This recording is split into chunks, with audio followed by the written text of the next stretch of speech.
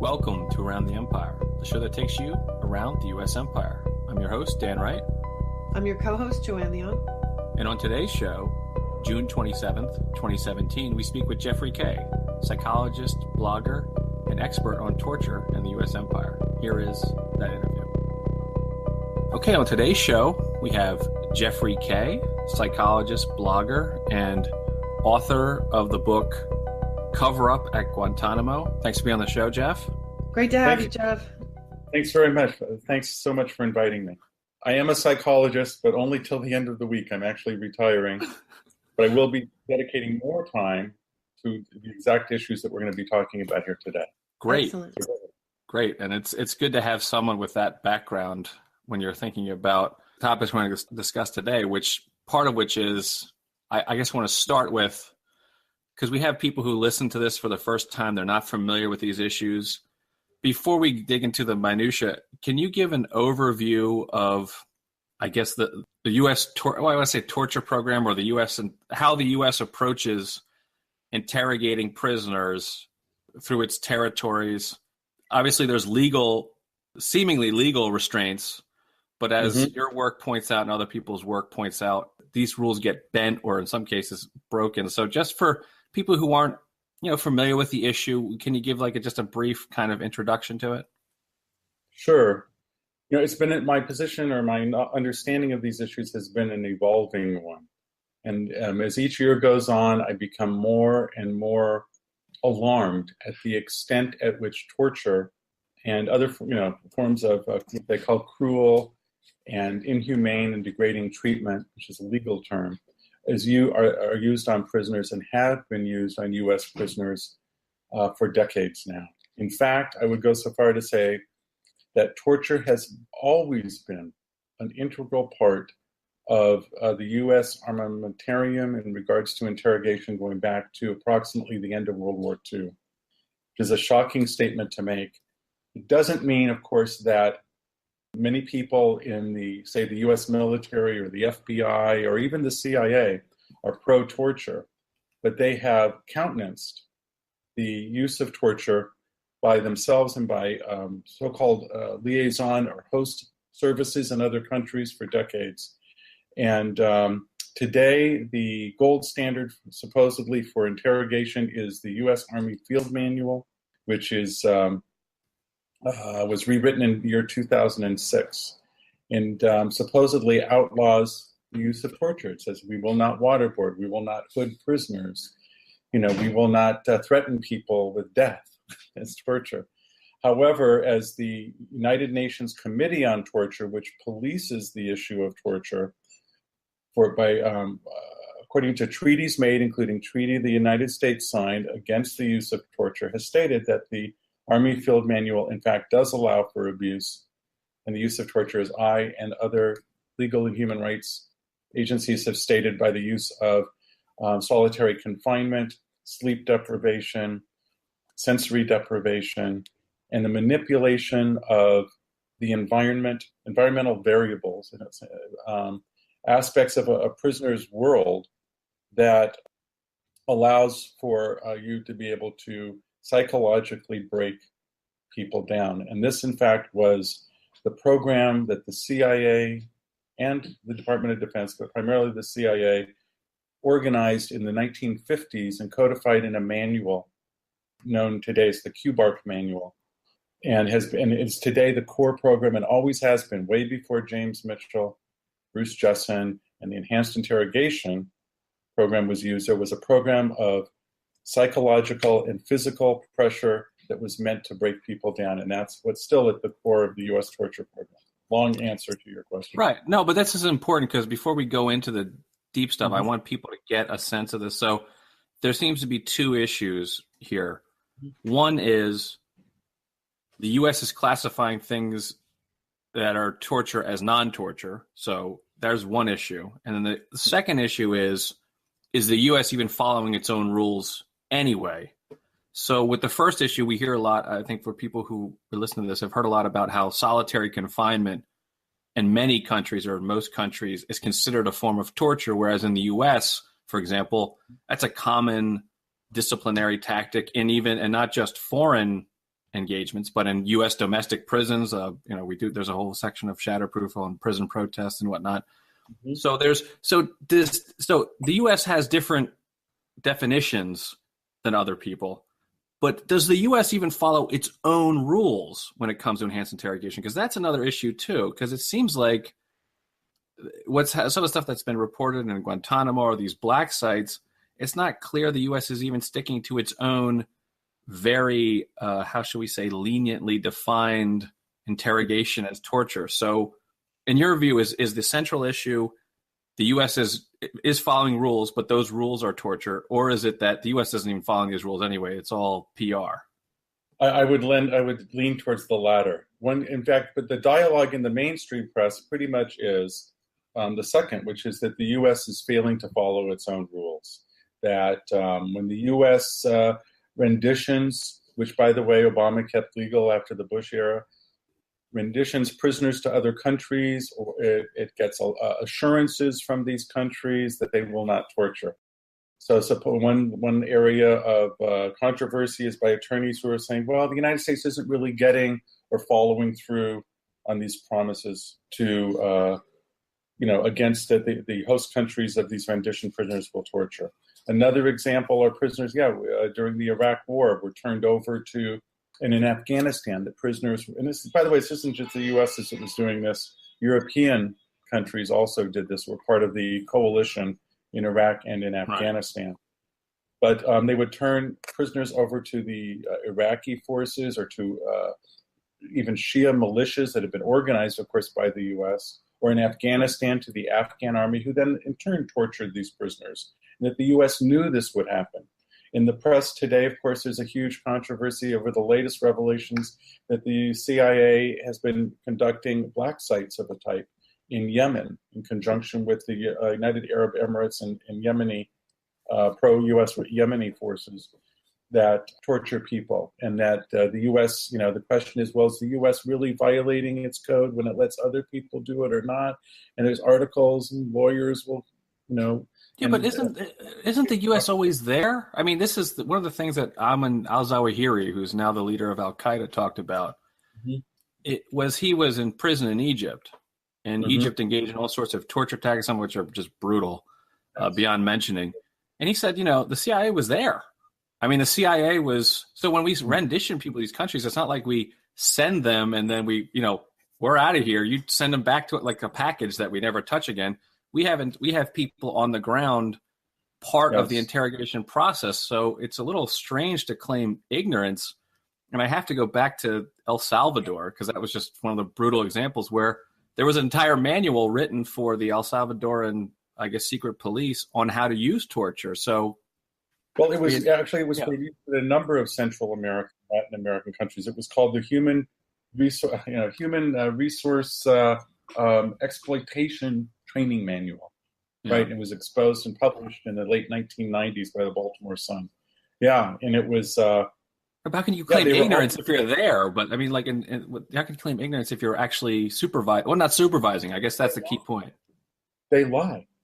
They lie over and over again. Even in the QMARC manual, the CIA's own manual, that they're very concerned about keeping things secret. That's one of their primary concerns. Torture works when it's secret. That's why they had black sites. That's why they have they've claimed Obama, Bush, and now Trump claim national security exemptions to the revelation of materials in courtrooms that would allow torture victims to get some kind of redress for what was done to them. So they just lie. Now sometimes obviously it leaks out. Obviously, and in Iraq, in a big way, when Peter Moss released a videotape via along with an article in the New York Times Magazine, I think in 2000, as early as 2007 or 8, maybe it was a little later, showing Colonel James Steele, who had been in El Salvador and involved in, dirty organizing and working with the Salvadoran military on dirty campaign against the guerrillas there, torture, assassination, disappearances. Now here he is, and shows him in the torture, in the room with the Shia militias, and screaming in the background, right? We actually caught a U.S. official there on site, exactly as you explained. And yet, it was in the press, and then what happens? It's gone. It's gone out of the news. people forget. So then they have a discussion on CNN 5 years later. Is the U.S. really there? Yes, they were there. Here's the document.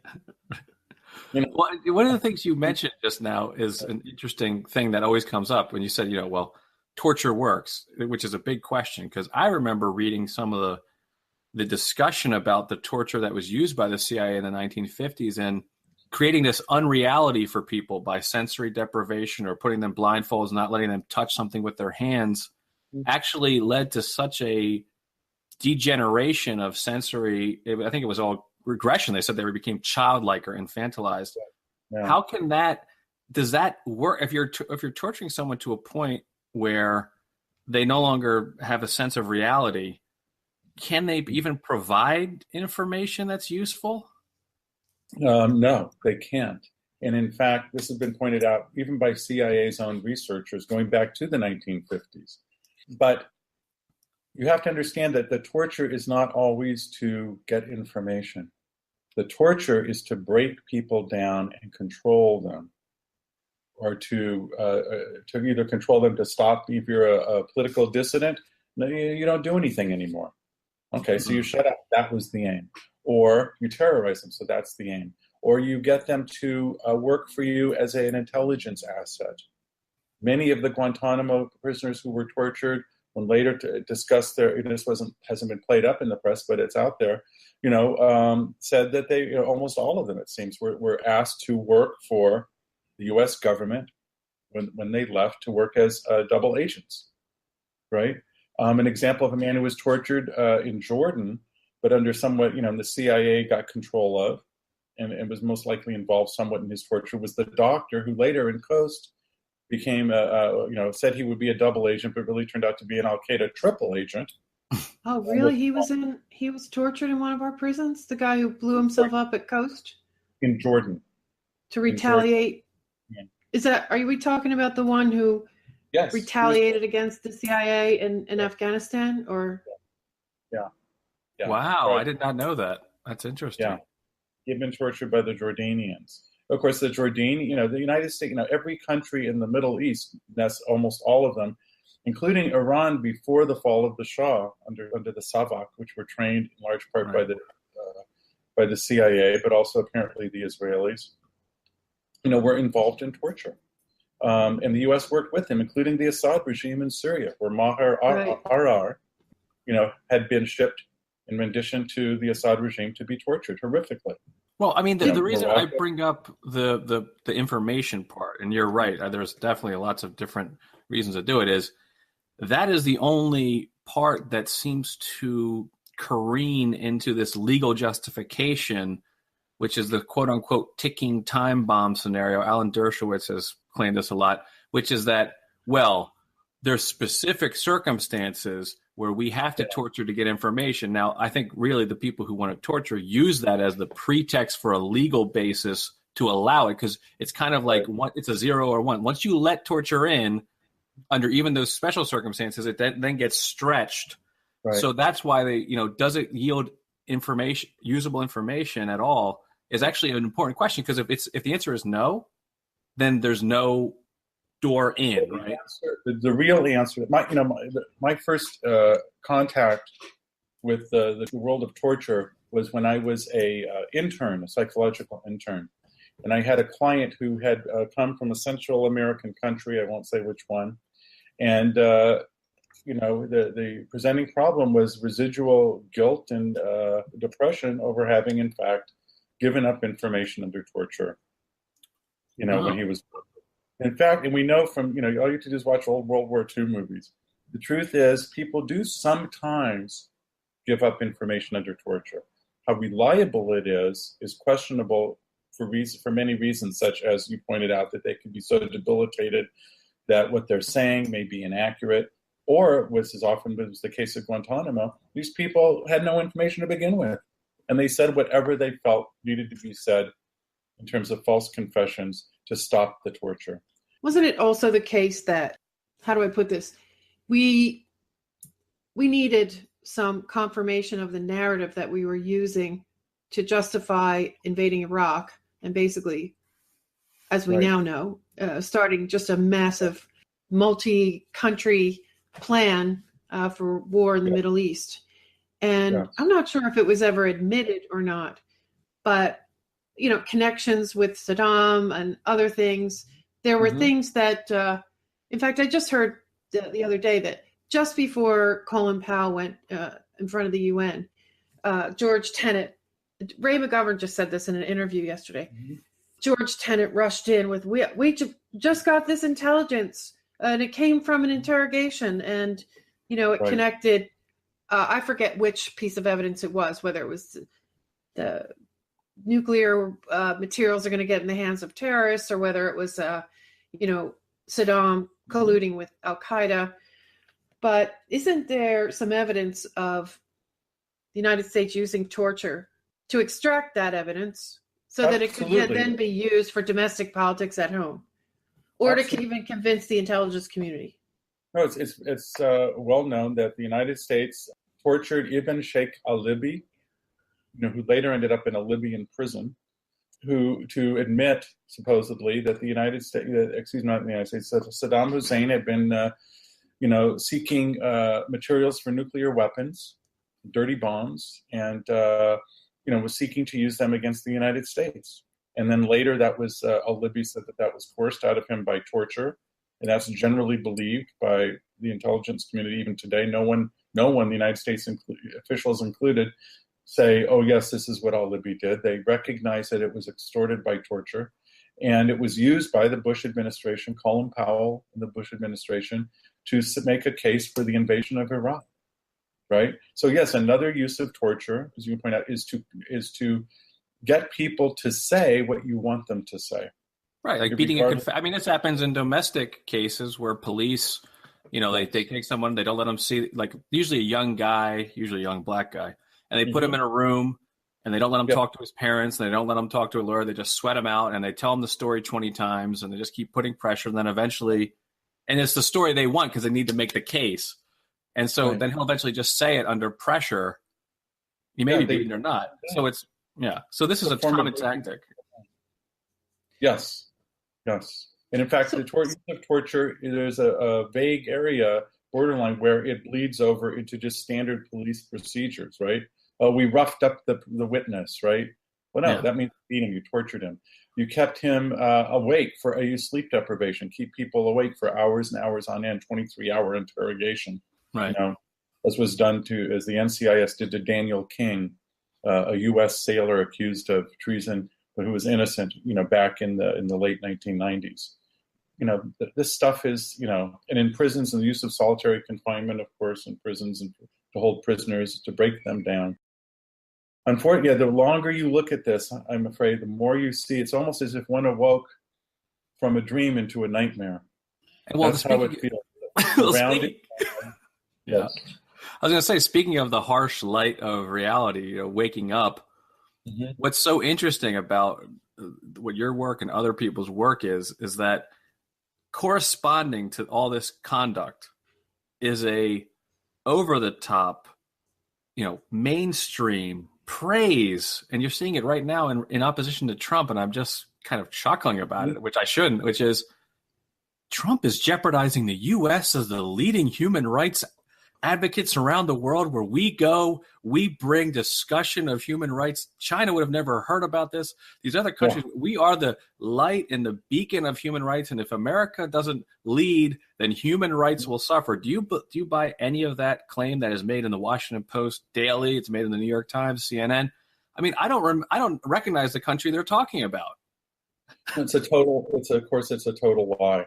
And the use of the big lie is a standard tactic by authoritarian countries. And the U.S. is essentially that at this point in time.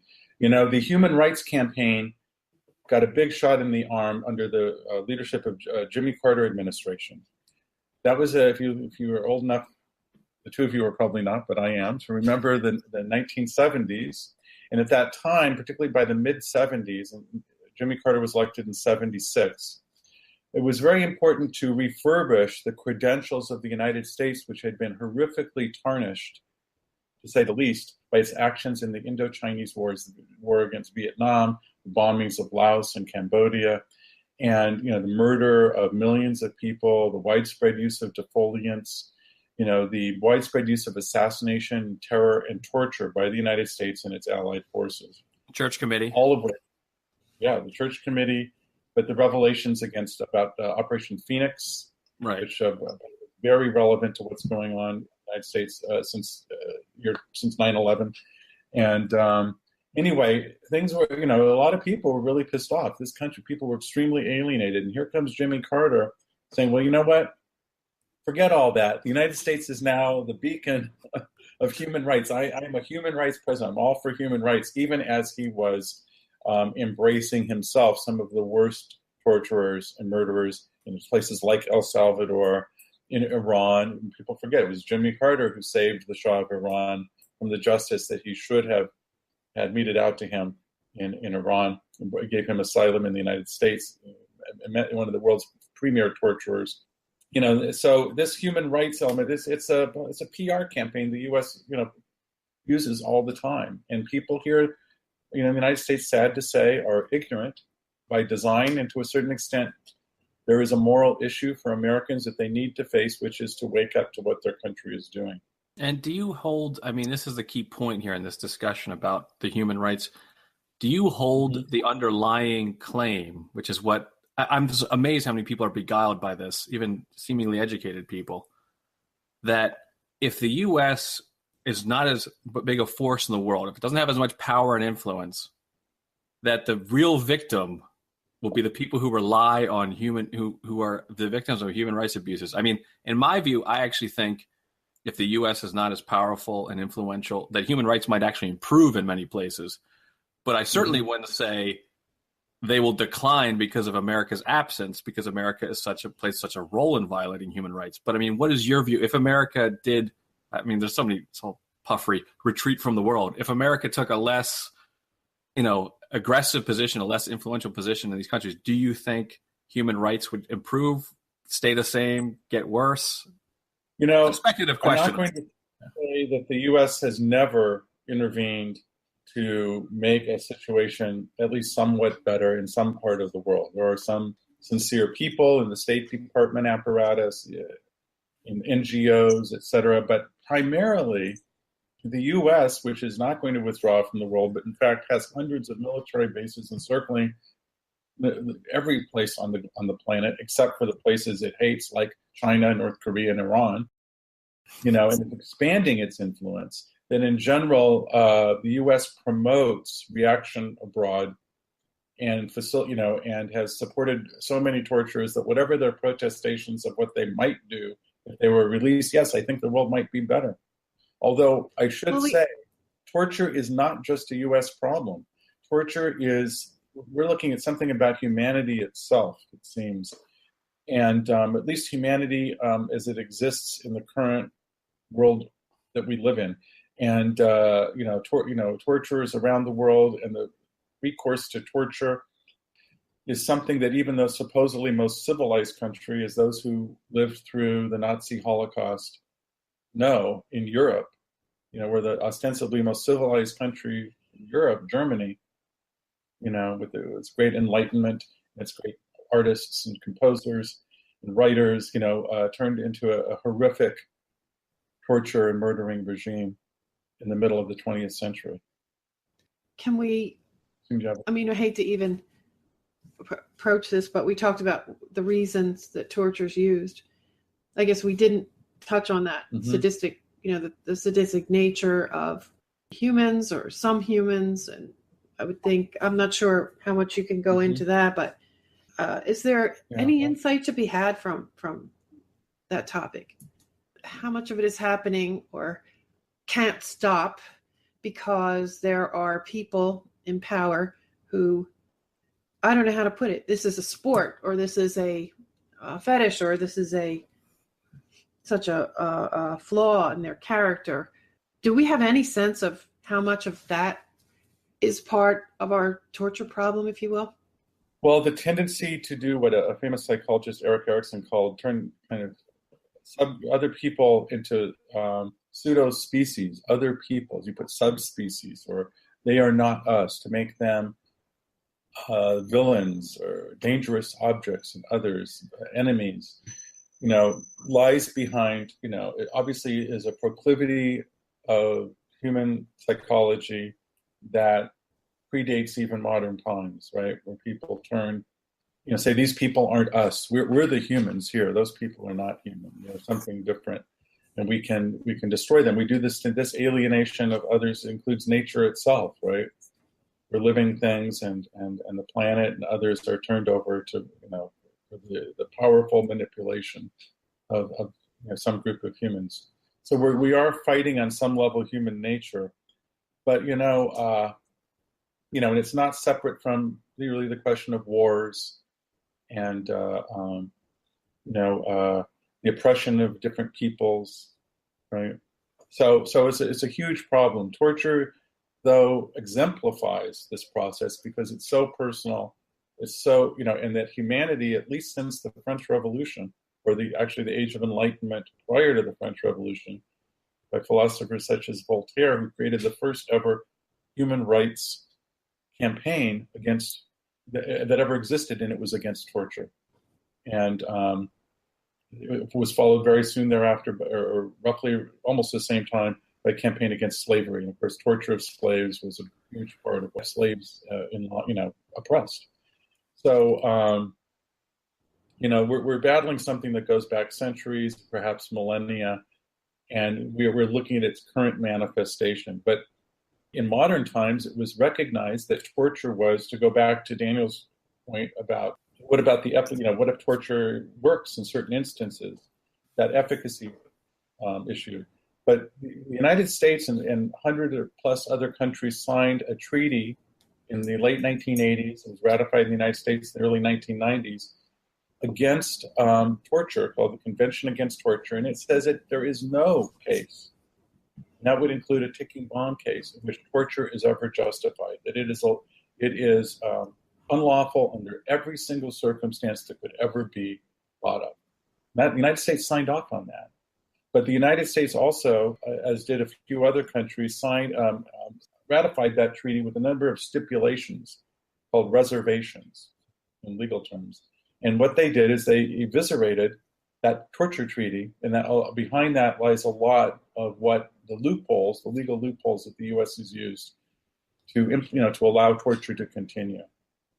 I think the issue that we're kind of dealing with when it comes to a systems approach, I agree that there clearly is a human nature element, and it's particularly prevalent, the quest for dominance and control, and people who seek power. So you're kind of in a unfortunate bind there, because the more power people who seek power the most are the most inclined to abuse it, which is one of the reasons the idea always was to kind of, at least in the constitutional sense in this country, limit power or limit absolute power, because it corrupts absolutely, to paraphrase Acton, right? But there's clearly also dynamics within the systems themselves.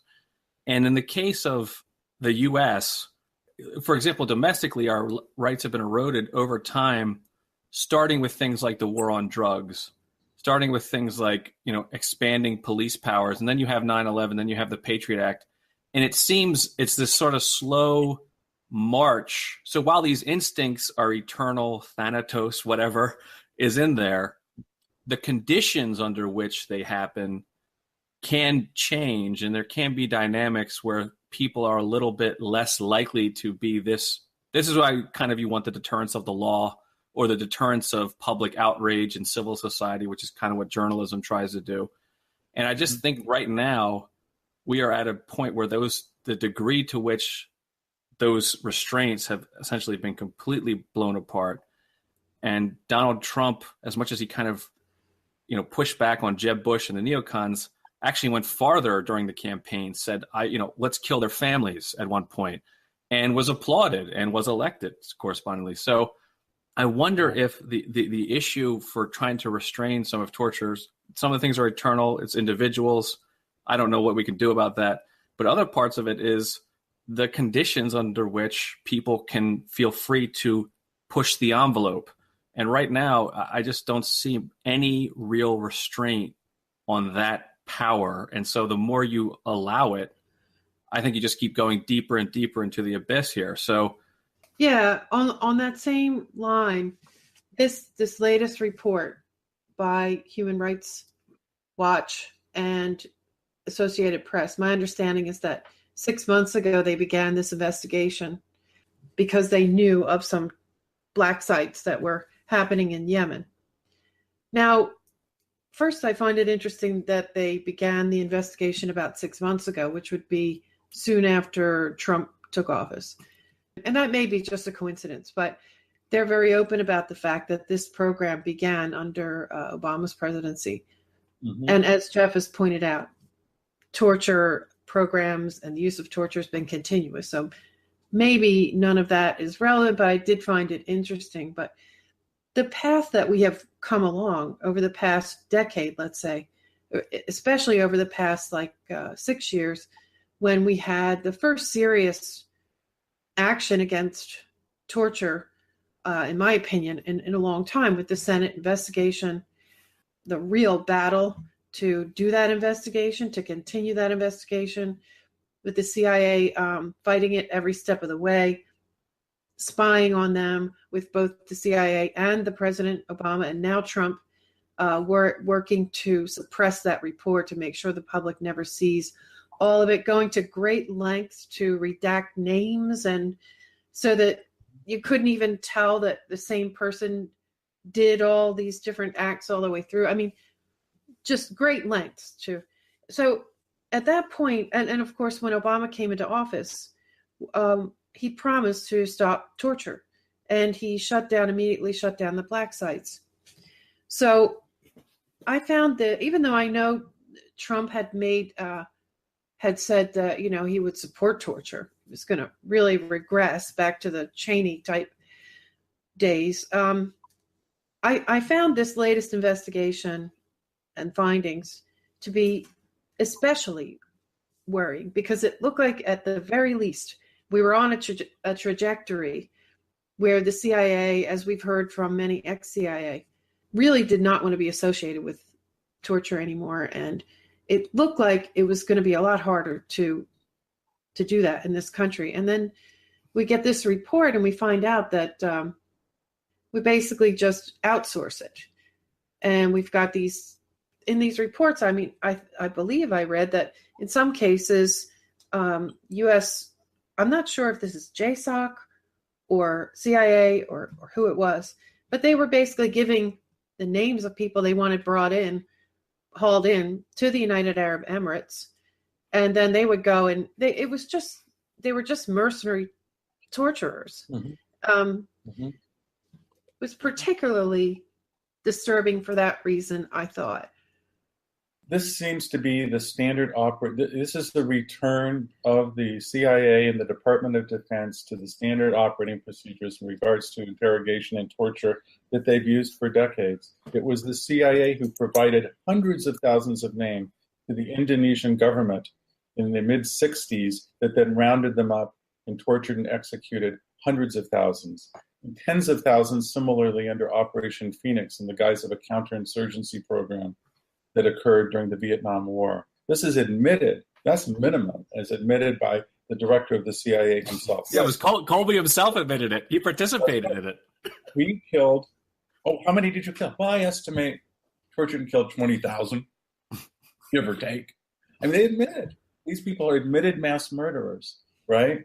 I mean, that's what I mean by, I'm in a dream and I awaken to a nightmare.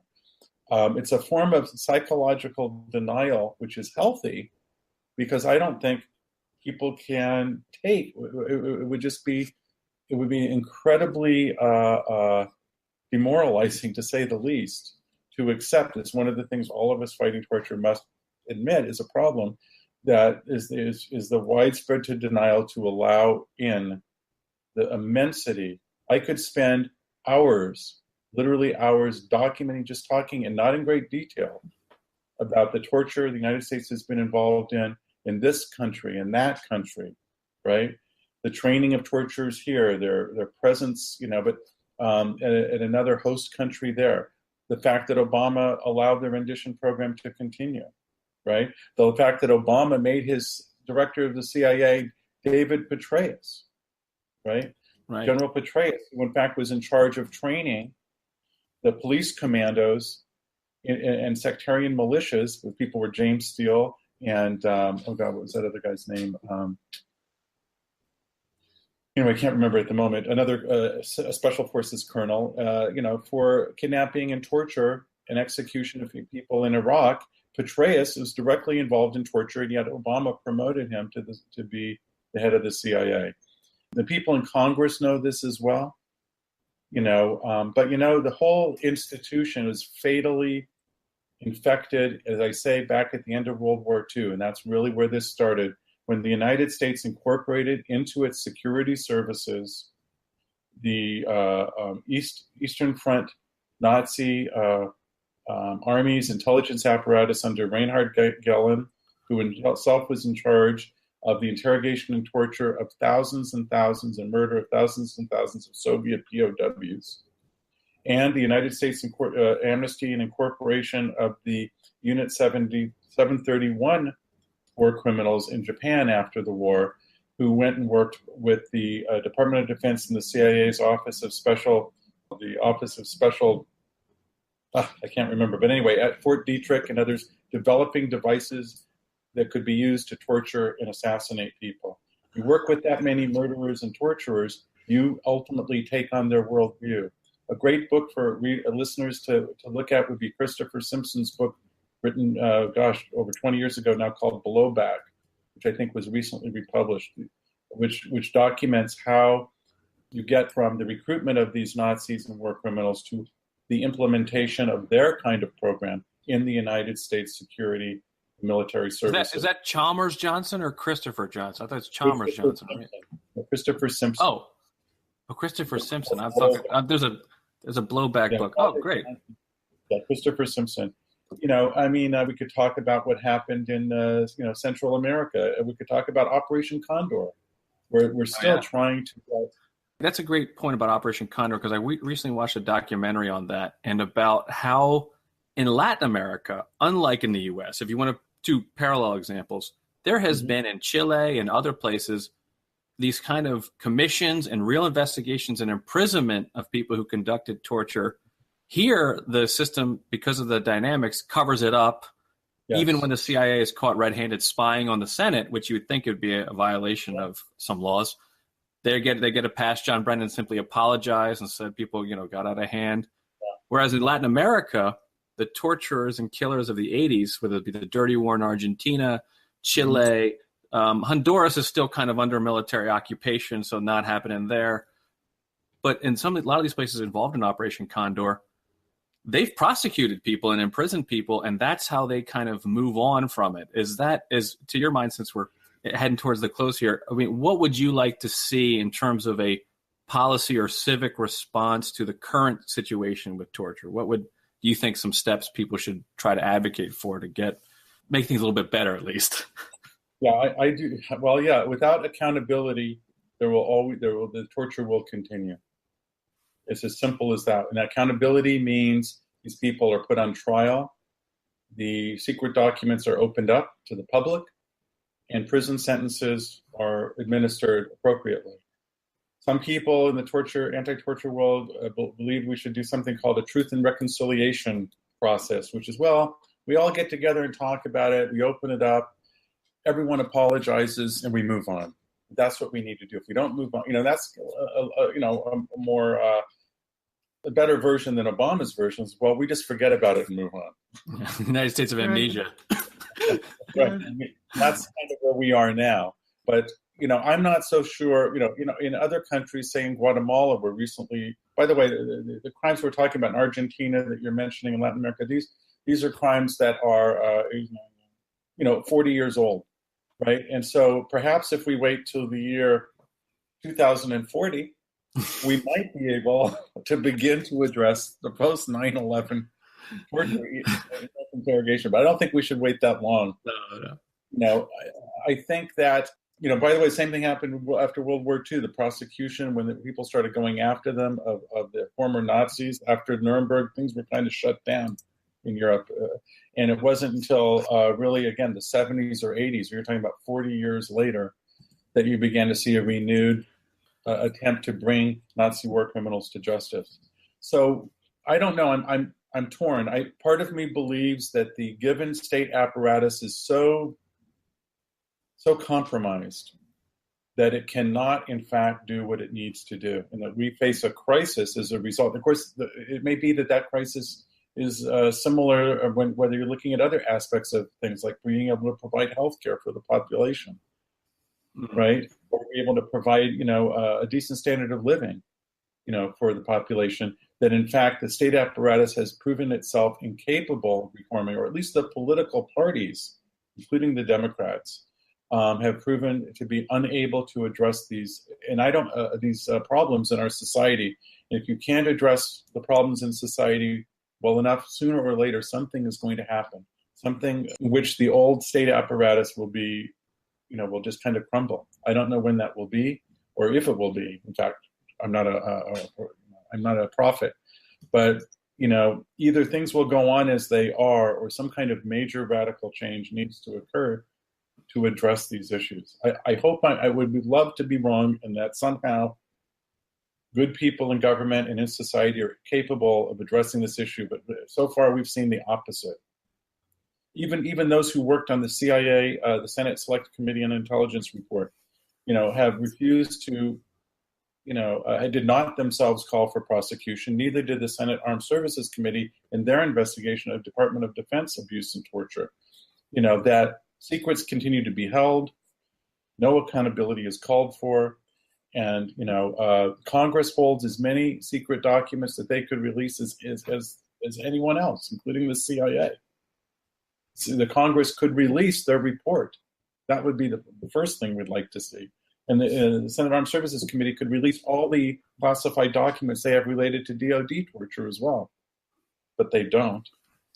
Yeah, they can leak. The leakers can release classified intercepts between foreign leaders, which is sort of the highest to hurt Trump, some of the highest classified stuff ever, really. That's top tier.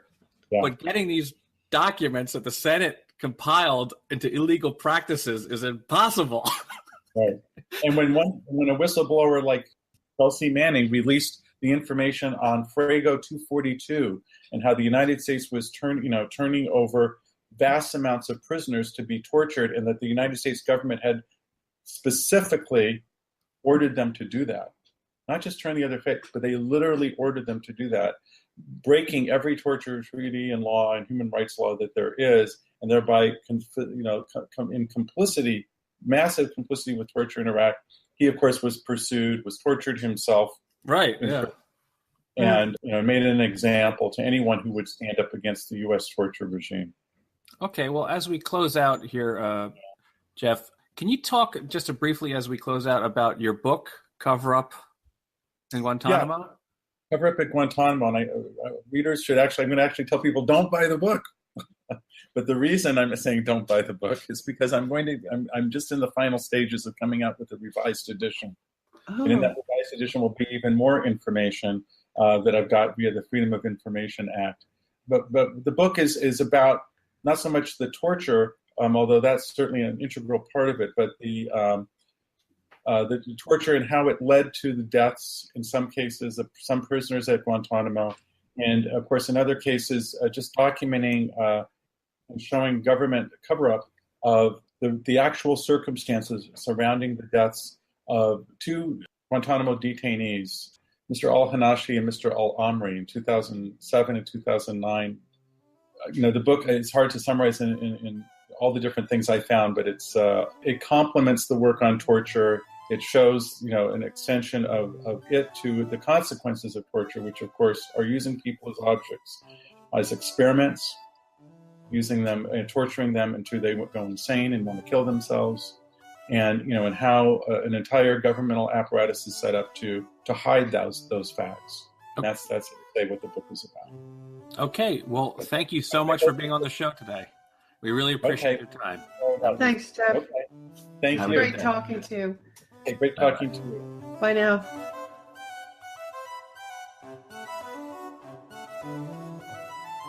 And that's our show. I want to thank you for listening, and a special thank you to Jeffrey Kaye.